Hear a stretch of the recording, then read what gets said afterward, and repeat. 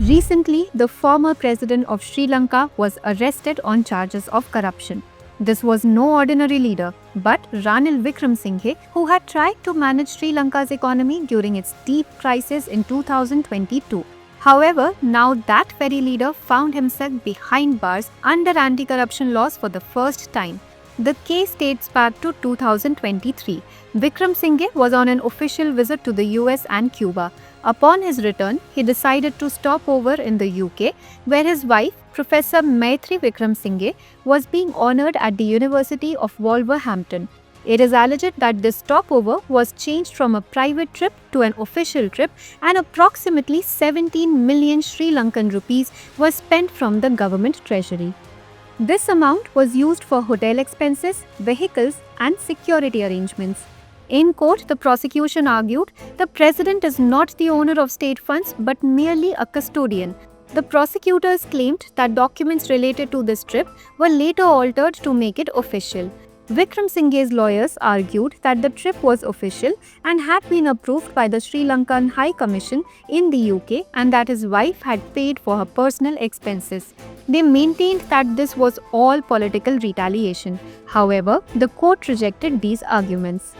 This event is significant because it marks the first time in Sri Lankan's post-independence history that a former president has been arrested in a corruption case. Sri Lankan politics has traditionally allowed the mixing of public and private expenditures by the president and prime minister. For decades, this issue remained confined to media headlines, but no stringent action was ever taken. Wickremesinghe's arrest has now broken this unwritten exemption. Ranil Wickremesinghe is no small leader. He has been a key figure in Sri Lankan politics for 5 decades. He entered parliament in 1977, became prime minister 6 times, and assumed the presidency in 2022 at a time when Sri Lanka was grappling with a severe economic crisis and President Gotabaya Rajapaksa had to flee in the face of public anger. Wickremesinghe secured a $3 billion IMF package to stabilize the economy, but he also imposed strict austerity measures, including hikes in electricity rates, increased taxes, and cuts in subsidies. As a result, the general public began to see him as an elitist and a leader detached from the common people.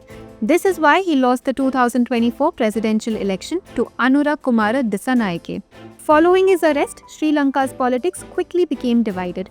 Former presidents Maithripala Sirisena and Chandrika Kumaratunga called it an attack on democracy, warning that the country's democratic traditions were at risk.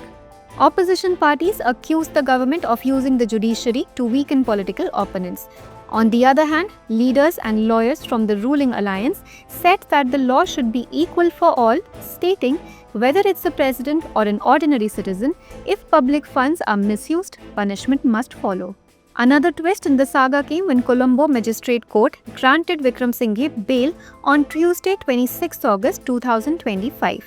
Before that, during the lengthy hearings and due to the heat, his health deteriorated. He was admitted to the ICU of Colombo National Hospital for dehydration and exhaustion, and photos of a former president lying in an ICU became a topic of national debate. Now, the question arises, why does this matter for India? First, Sri Lanka is India's closest neighbor.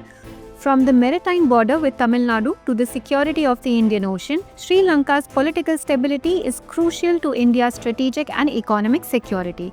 Sri Lanka recently fell into China's debt trap and handed over strategic places like the Hambantota port to China. When Wickremesinghe became president, he focused on improving ties with India and attracting investment.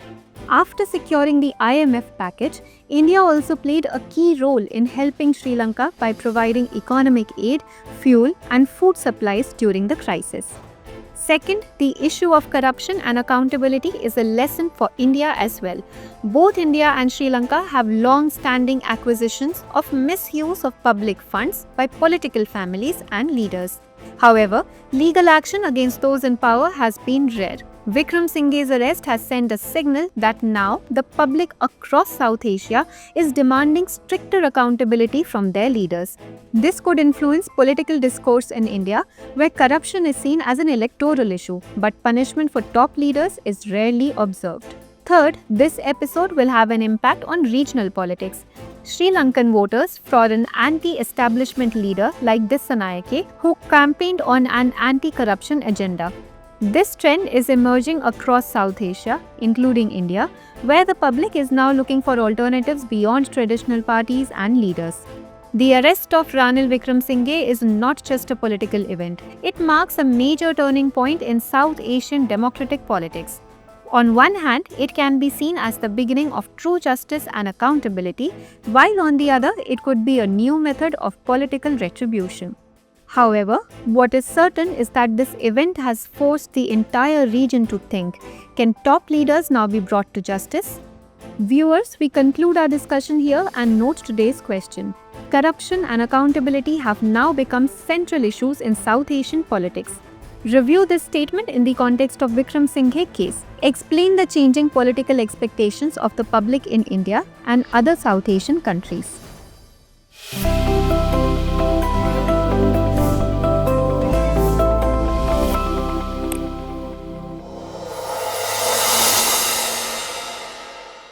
For more informative content, like, share and subscribe, and do not forget to press the bell icon to get the notifications.